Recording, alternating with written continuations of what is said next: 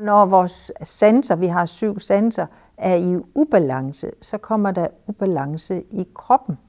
Og det ses ved adfærdsændring. Mennesker, der ikke får nok berøring, begynder at have svært ved at samarbejde omkring personlig hygiejne, bliver søgende, bliver vandrende, begynder at skubbe folk væk. Og det tillægger man ofte demenssygdommen. Men det, der er interessant, når vi begynder at stimulere hudsansen, så begynder der at komme balance i, og så udbliver nogle af de andre uhensigtsmæssige adfærd.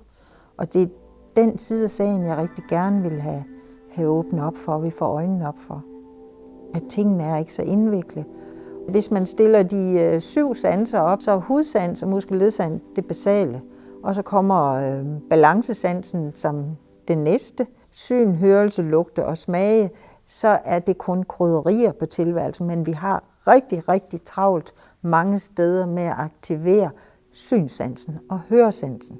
Men vi glemmer de basale sanser, og jo efterhånden, som man bliver tiltagende dårlig eller mere og mere udslidt på grund af de kognitive skader, så er det de basale sanser, vi først og fremmest skal arbejde med for at få ro på.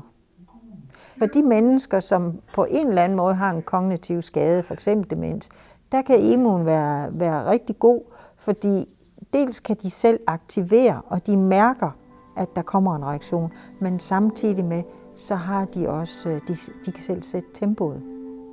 Og det der er med immun, dels så er det hudsansen, de får stimulere, men det er også muskelledsansen.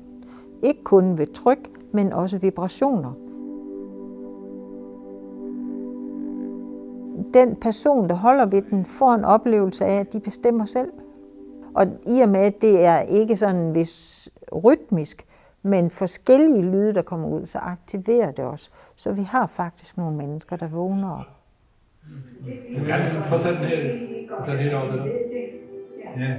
Vi har også folk, der begynder at råbe. Hvis folk råber, så er det jo tegn på ensomhed, og man prøver at holde fast i sig selv. Men det er rent faktisk en muskelledsans, de selv stimulerer, fordi man måske ikke kan andet. Man er svagelig, og på en eller anden måde har nogle skavanker, som man ikke kan røre sig. Når vi begynder at arbejde med muskelledsansen, så holder de op med at råbe. Det er det, der er rigtig, rigtig interessant i det her.